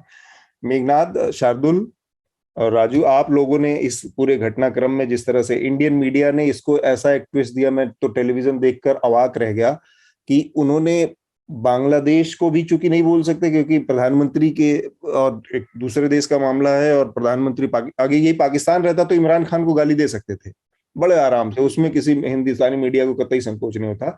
लेकिन चूंकि वहां की प्रधानमंत्री से अच्छे रिश्ते हैं ये वो, तो वहां नहीं, तो उन्होंने अब एक शत्रु खोजना था। तो शत्रु कौन खोजा गया? ममता बनर्जी को टारगेट किया गया कि ममता बनर्जी की वजह से बांग्लादेश में हिंदुओं पर हमले हुए। ये स्टैंडर्ड हमारे मीडिया का एंड लॉर्ड, अब सारी सिचुएशन का बहुत ही अजीब तरीके से कवरेज कर रहे थे। एक और चीज बहुत अजीब लगी, मैं भी कुछ देख रहा था टीवी, सीएए के बार बार जिक्र हो रही थी इसके बाद, जो सीए, और ऑब्वियसली ब्लेम तो यही जा रहा था कि भैया प्रोटेस्ट कर लिए तो अगर आज सीए होता तो ये सब नहीं होता, कुछ भी बोल रहे थे। क्योंकि मुझे लगता है कि ये एंकर्स एक तो इतने प्रोपोगंडा में डूब जाते हैं ना, तो लॉ पढ़ते नहीं है, उनको जरूरत भी नहीं होती है पढ़ने की, और कोई ऑब्जेक्ट भी नहीं करता है। क्योंकि सीए में क्लियरली ये बोला गया है कि 2014 दिसंबर के पहले जो भी माइग्रेंट्स आए थे, माइनॉरिटीज जो आए थे, उनको एक फास्ट ट्रैक सिटीजनशिप मिलेगी। और हमारे पास एक और सिटीजनशिप की प्रोविजन है जो कि एक नॉर्मलाइज्ड सिटीजनशिप की प्रोविजन है कि 11 से 13 साल लगते हैं सिटीजनशिप मिलने के लिए, कंडक्ट पे बेसिस पे। तो ये एक न्यूआंस पोजीशन है, ये एक सीए। अब आप बांग्लादेश में जो वायलेंस हो रहा है, जैसे कि अतुल सर ने बोला, एक आदमी कंफ्यूज होकर दान पेटी के बाजू में कुरान रख के गया, वहां पर सोशल मीडिया की वजह से र्यूमर्स बढ़ने लगे और दंगे हो गए। अब उसका रिलेशनशिप इसके साथ क्या है, मुझे बताइए। एक तो आपको ना नैरेटिव बिल्डिंग करना है, तो थोड़ा सा अभी मुझे लगता है थोड़ा आउट ऑफ हैंड भी जा रहा है, पर आप झूठ का इतना सहारा लेने लगे हैं, और एक फैक्ट्स जो आपको बताने चाहिए व्यूअर्स को, वो इतने एब्सेंट हो गए हैं कि एकदम तमाशा टाइप बन चुका है। तो ममता बनर्जी को टारगेट करना या फिर सीए को लेके आना, टाइम्स नाउ जैसे चैनल पे राहुल शिवशंकर जाके बोलते हैं कि where are those people who were protesting against CAA now. अब ये तो उन्होंने नहीं बताया कि आपने तो लॉ तो बना दिया, पर उसका नोटिफिकेशन तो अभी आने का है। गवर्नमेंट ने भी स्टॉल करके रखा है वो, क्योंकि एनआरसी नहीं हो पा रहा है उनसे। क्योंकि जो हम पहले से बोल रहे थे कि सीए और एनआरसी लिंक्ड है, इसका ये सबसे बड़ा प्रूफ है कि अगर आप बस सीए लेके आएंगे तो आपको वो रेफ्यूजीज को आप असाइलम दे पाएंगे, पर सीए एनआरसी के साथ लेके आएंगे तो एक एक्सक्लूजन टूल बन जाएगा। और अब एनआरसी नहीं हो पा रहा है, इसलिए गवर्नमेंट ने सीए भी स्टॉल कर दिया है। तो आप सोचिए कि ये सब चीजें आपको हमारे मेन स्ट्रीम मीडिया में अभी बता नहीं रहे हैं। और ऊपर से बांग्लादेश में जो इंसिडेंट्स हुए हैं, जो कि उनके रूलिंग पार्टी ने, मैंने जैसे कि बताया कि रैली निकाली ढाका में, बड़े बड़े रैलीज निकाले, 3 दिन के रैलीज, एक्टर्स से लेके बड़े बड़े राइटर्स से लेके सब 4 किलोमीटर के लिए चल के ये बता रहे हैं लोगों को कि प्लीज वायलेंस बंद कीजिए, बांग्लादेश एक सेक्युलर कंट्री है, उनको बचा के रखिए। और ये शेख हसीना को उसका बैकिंग है। तो आप सोचिए कि ऐसे माहौल में, जहां पे मुस्लिम मेजॉरिटी कंट्री है और 10% हिंदू है, वहां पर माइनॉरिटीज, वहां पर वो मेजॉरिटी खुद खड़े होके बोल रही है कि नहीं, हमको माइनॉरिटीज को प्रोटेक्ट करना चाहिए, हमारी रिस्पॉन्सिबिलिटी है, ये सब दंगे नहीं होने चाहिए। उसका ही उल्टा हमारे यहाँ पर है, जहां पर हमारे मीडिया वाले भोपू बनकर बैठे हैं, जो कि इसका ऑपोजिट करने में लगे हैं। हमारे यहाँ पर वो टारगेट करने लगेंगे मुसलमानों को, बिल्कुल, या इनको एक मोहल्ला ऐसा है, पाकिस्तान है, मतलब जितने भी घटिया तरीके से उसको पिक्चर कर सकते हैं वो पेश कर देंगे। इसका एक और लिंक ये जो बॉयकॉट का ट्रेंड है उस पर भी है। ये फैब इंडिया का जो उन्होंने ऐड डाला, उसमें अरे उन्होंने ग्रीन क्यों पहनाया, मुस्लिम कलर है, मतलब कुछ भी हो रहा है। बिंदी क्यों नहीं पहनाई, क्योंकि वो औरत दिवाली में तो बिंदी पहनती है, तो बिंदी क्यों नहीं पहने। और रिवाज उर्दू का शब्द है तो इसलिए नहीं चलेगा, बिल्कुल। और फिर आप सीएट टायर्स का अभी आमिर खान का देखोगे तो ये बेसिकली एक बहाना है। आमिर खान जो मुस्लिम है उसको टारगेट करना है और फिर उनके शोल्डर पर रख के एक प्रोपेगेंडा फैलाना है, हिट मॉन्गरिंग करना है। वैसे ही शाहरुख खान के केस में अगर आप देखेंगे तो सोशल मीडिया पर अगर आप ट्रेंड्स देखेंगे तो वो कितने घिनौने बिगटेड ट्रेंड्स चल रहे हैं अभी। तो आपको ये भी एक, ये सब में बांग्लादेश और इंडिया का सिचुएशन आपको एक सोशल मीडिया को मद्देनजर देखकर भी रखना चाहिए, क्योंकि राइट के सिचुएशन जो हो रहे हैं अभी फिलहाल जो हो रहे हैं वो मेनली व्हाट्सएप और ये फेसबुक और इसके वायरलिटी की वजह से होते हैं। तो इस पर कोई बात नहीं कर रहा है अभी। शार्दुल, देखिए, मैं इस हफ्ते खबरों से थोड़ा दूर था, लेकिन मैंने कल रात इसको थोड़ा पढ़ा, और बांग्लादेश के भीतर भी अगर आप देखेंगे तो पुलिस प्रशासन की कार्रवाई में ढिलाई के उस पर आरोप लगे हैं। इतना सब कुछ होने के बाद भी उन्होंने अंदर ही वहां पे कई समाजसेवी संगठन हैं जिन्होंने कहा है कि पुलिस ने आने में देर लगाई, और पुलिस अगर चाहती तो इसको समय पे और जल्दी रोक सकती थी। नहीं, जितने बड़े पैमाने पर नुकसान हुआ है या जितनी हुई है उस बताता है कि भाई ठीक से टाइम पे एक्शन नहीं हुआ है। हाँ, तो मैं कह रहा हूँ बांग्लादेश के अंदर से ये आलोचना हो रही है। देखिए, हम अपने देश की खूब आलोचना करते हैं, तो लेकिन है क्या कि उनके अंदर आलोचना चल रही है। और ये बात भी ठीक है, जैसा मेघनाथ ने और आपने कहा, कि भारत सरकार का आज की डेट में कुछ कहने का मुंह नहीं है, क्योंकि भारत सरकार के पिछले 6-7 साल के रवैये से ये सबको दिख रहा है स्पष्ट रूप पे कि मुस्लिम विरोध एक मिनिटेड पॉलिसी जैसा ही है, लिखा हुआ भले ही ना हो। भारत सरकार का तो ये रवैया रहा कि सुप्रीम कोर्ट को अल्टीमेटली कहना पड़ा कि हर थाने में हर जगह एक वो सेल बनाई जाए, गठित की जाए।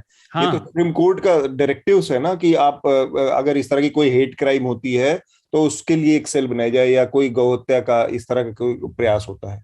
ये तो उनका, क्योंकि सुप्रीम कोर्ट को इंटरवीन तब करना पड़ा जब उसने देख लिया कि सरकार इस मामले में आंख मूंद कर बैठी है, वो उस पर राजनीति कर रही है, वो उनका वोट बटोरने का तरीका बन गया है, रेडिकलाइज करना। उस पर हम बात करते भी रहते हैं, पर मैं विषय पर रहना चाहता हूँ। है क्या कि लेकिन उसके बावजूद भी, और एक बात और, जैसा मीडिया का मेघनाथ ने बताया, देखिए भारतीय मीडिया से आप, हम और जो चर्चा को सुनने वाले हैं वो अच्छे से जानते हैं, ऐसे विषय पर एक सारगर्भित चर्चा की टीवी मीडिया से अपेक्षा ही गलत है। वो कर नहीं पाएंगे, उनको वो करना नहीं है। वो चाहते तो और भी बहुत कुछ कर सकते थे अपने देश के लिए, लेकिन इस सब के बावजूद भी भारत को हम बांग्लादेश या पाकिस्तान से कंपेयर नहीं कर सकते। इस चीज में मैं बताता हूं क्यों। अभी कुछ दिन पहले जनसंख्या के आंकड़े आए थे, वो सर्वे आया था, और ये आंकड़े पाकिस्तान के और बांग्लादेश के भी हमें हिस्टोरिक पता है। इन दोनों देशों में अल्पसंख्यक, उनमें हिंदू भी हैं, सिख भी हैं, ईसाई भी हैं, इनकी जनसंख्या लगातार तेजी से गिरी है। इसमें बांग्लादेश भी शामिल है। बांग्लादेश की जो मेन पार्टी थी जमाते इस्लामी बांग्लादेश, जिसके लीडर थे, उन दिमाग में से नाम, अब्दुल अल मौदूदी जो उनके लीडर थे, वो, उनकी पार्टी अभी भी वो पोस्टर लेके बैठी है कि हम चाहते हैं पाकिस्तान फिर से एक हो जाए। तो वो एक्सट्रीमिस्ट पार्टी है। ये जो रेडिकलाइजेशन है वहां की जनसंख्या का, ये वहां बहुत समय से चल रहा है। अभी हम पाकिस्तान में जो आंकड़े देख रहे हैं, आप देखेंगे कि बांग्लादेश से आने वाले आंकड़े पाकिस्तान के 30-35 साल पुराने आंकड़ों जैसे ही हैं। बहुत तेजी से ये जनसंख्या गिर रहा है। जो सीएए की बात उठी, वो इसीलिए उठी कि उसमें अभी जो रिफ्यूजी वहां परेशान है वो कैसे आएंगे, क्योंकि वो 2014 तक होता है। तो मेघनाथ ने जैसे बात कहा, उन्होंने कानून पढ़ा नहीं है, लेकिन ये एक खड़ी प्रॉब्लम है, क्योंकि ये रेडिकलाइजेशन चालू है। और उनका इसमें एक मैं थोड़ा सा नाइत्तफाकी के साथ मैं असहमति है। आप इसको ऐसे देखिए कि हम, एक परिवार इस देश में ऐसा है जिसने नाथुराम गोडसे की अस्थियां और राख अभी तक बचा के रखी है कि जिस दिन भारत, पाकिस्तान, बांग्लादेश, अखंड भारत जब बन जाएगा तब सिंध में बहाएंगे। तो जमाते इस्लामी अकेला नहीं है राजनीति करने, लेकिन वो फ्रिंज पे हैं, हमको ये बताना चाहिए।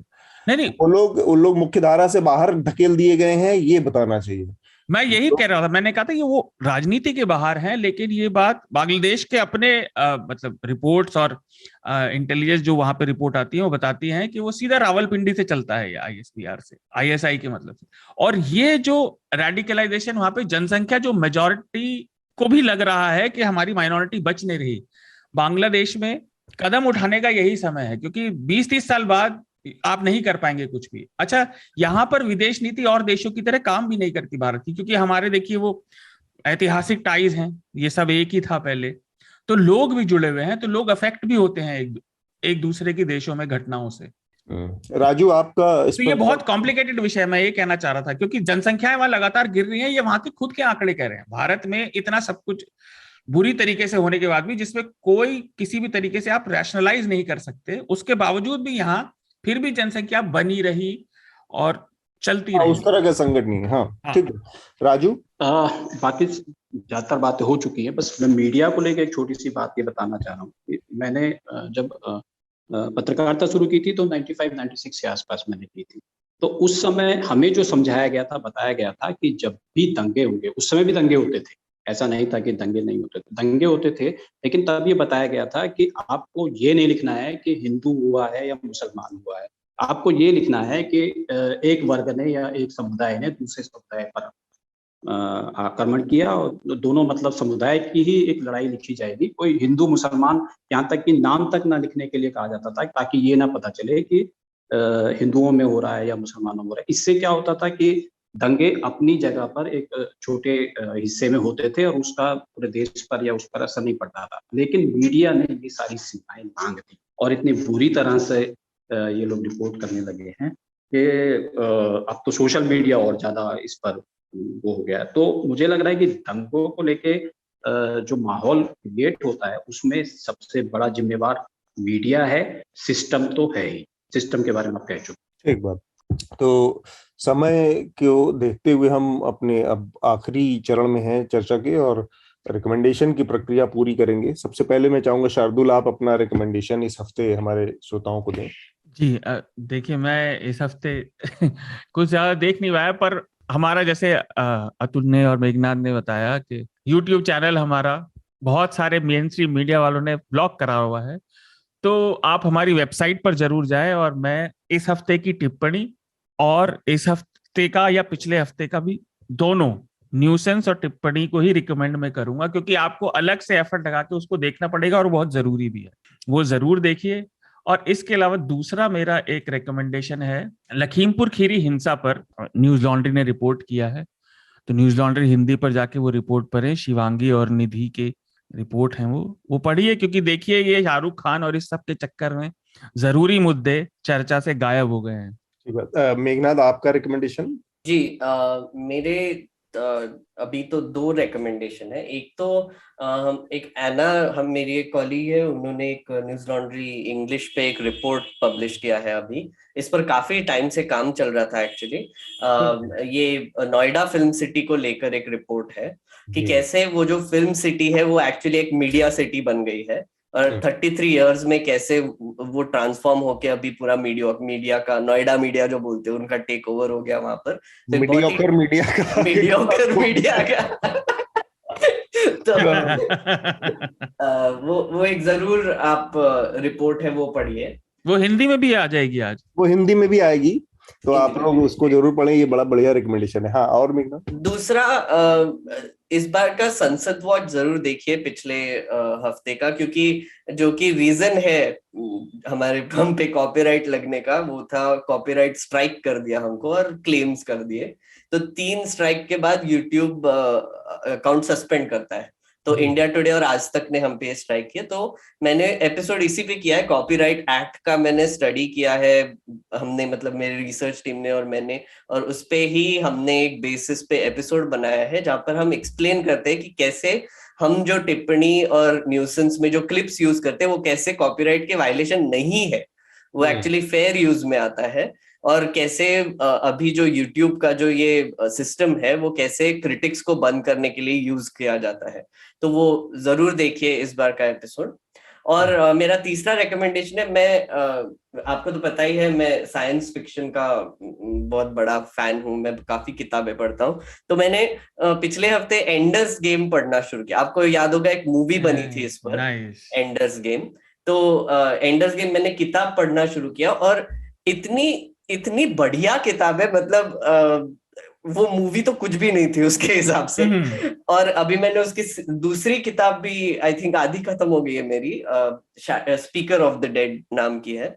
बहुत ही उम्दा राइटिंग है और आप जरूर पढ़िए। अगर आप साइंस फिक्शन के फैन है, वर्ल्ड बिल्डिंग के फैन है, तो जरूर आप ये सीरीज पढ़ सकते हैं। जी, राजू आप क्या रिकमेंड करेंगे? मैं एक सीधी सी बात ये कहना चाहूंगा कि आपके श्रोता कुछ भी पढ़ें, सुने या देखें, बस अपना दिमाग जरूर इस्तेमाल करें। और क्योंकि जो दिखाया जा रहा है, ये मान के चलिए कि जो दिखाया जा रहा है या जो आपको दिख रहा है, जरूरी नहीं कि वही सच है। इवन आप गीता पे भी सवाल खड़े कर सकते हैं।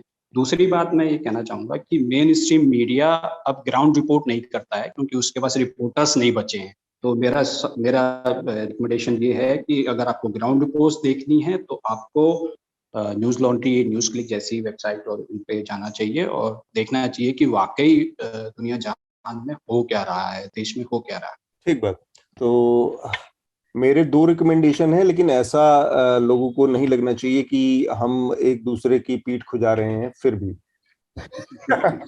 तो पीठ खुजाने का खतरा उठाकर भी मैं कहना चाहूंगा, क्योंकि पर्यावरण पर हमने आज जिक्र किया बहुत विस्तार से, किस तरह से जलवायु परिवर्तन से जुड़ी जो समस्याएं और आपदाएं आ रही हैं और बहुत फ्रिक्वेंटली आ रही हैं, बहुत तेजी से लगातार बढ़ गई है उनके आने की गति। तो इन सब के बारे में जानने समझने के लिए डाउन टू अर्थ की जो हिंदी और इंग्लिश की वेबसाइट है, वहां पर पर्यावरण से संबंधित बहुत सारी बारीकियों को समझना है, बहुत सारी बेसिक चीजों को समझना है और वहाँ की ग्राउंड से, तो उसको जरूर आप देखें, पढ़ें, सुने। वहाँ रिकमेंड इसलिए भी जरूरी है क्योंकि पर्यावरण को लेकर हमारे यहाँ जागरूकता का बड़ा अभाव है। जैसे घर में लोग बहुत सारे अभी भी बड़े पैमाने पर लोगों के अंदर बिजली के एक बल्ब को और पानी की टोटी से टपकते हुए पानी को बचाने की चिंता बहुत कम होती। लोगों को एहसास ही नहीं होता कि वो कुछ वेस्ट कर रहे हैं या बर्बाद कर रहे हैं। तो इस लेवल की जरूरत समझने की है कि भाई पानी क्यों आज की तारीख में एक एक बूंद बचाना जरूरी है, या बिजली क्यों बचाना जरूरी है। क्योंकि हमारी यहाँ बर्बाद की गई बिजली 10-20-150 किलो कोयला जलवाती है और उसके बाद वो कोयले का धुआं हमारे हवा में घुलता है। तो इन सब चीजों को रखते हुए ध्यान में आप डाउन टू अर्थ पे जाएं, पढ़ें, समझें कि पर्यावरण के साथ कितनी दिक्कतें हैं आज की तारीख में। और मेरा दूसरा रिकमेंडेशन है, अमेजॉन प्राइम पर आई है एक फिल्म, बड़ी जबरदस्त फिल्म है, सरदार उधम सिंह। उसको जरूर देखें। सरदार उधम सिंह को देखना इसलिए भी जरूरी है कि हमारे जो मुख्य धारा का नैरेटिव है, मैं इसको व्हाटअबाउटरी में नहीं ले जाना चाहता, लेकिन मुख्य धारा के नैरेटिव में कांग्रेस की कहानी हमको पता है सबको, राइट विंग की कहानी भी सबको पता है कि वो किस तरह से पाकिस्तान के बंटवारे और 2 राष्ट्रों का बंटवारा और हिंदू राष्ट्र के उसमें संकल्पना में लीन थे। मुस्लिम लीग का भी हमको पता है कि वो पाकिस्तान के बंटवारे में और पाकिस्तान की इच्छा में पूरी तरह से। लेकिन एक और बड़ा तबका है इस पूरे हमारे आजादी के आंदोलन का, जिसमें सुभाष चंद्र बोस जैसे लोग हैं, जिसमें भगत सिंह जैसे लोग हैं, जिसमें एक रिवोल्यूशनरी लाइन भी है। और वो रिवोल्यूशनरी लाइन है, क्रांतिकारियों का वो समूह है जो वामपंथी तरीकों से अलग मीन्स से भी सत्ता को हासिल करने की या आजादी हासिल करने की, सत्ता तो मैं गलत बोल गया, आजादी हासिल करने की अंग्रेजों से कोशिश कर रहा था। और कई मामलों में ये आंख भी खोलने वाली चीज है हमारे लिए कि सरदार उधम सिंह के बहाने जब हम घुसते हैं इस स्टोरी में, इस फिल्म में, तो 2 चीजें आपको एकदम से ऐसे सच से सामना करवाती हैं। एक तो ये कि आयरिश रिवोल्यूशनरी जो पूरा मोमेंट था है, ये लोग उससे भी जुड़े हुए थे। मतलब कहीं ना कहीं आयरिश रिवोल्यूशनरी मोमेंट का से भी हिंदुस्तान की आजादी का जुड़ाव था, आजादी के आंदोलन का जुड़ाव था, जिसके कनेक्टर ये लोग थे। इनका पूरा ग्रुप था सरदार उधम सिंह और उनके तमाम जो स्लीपर्स वो लोग थे।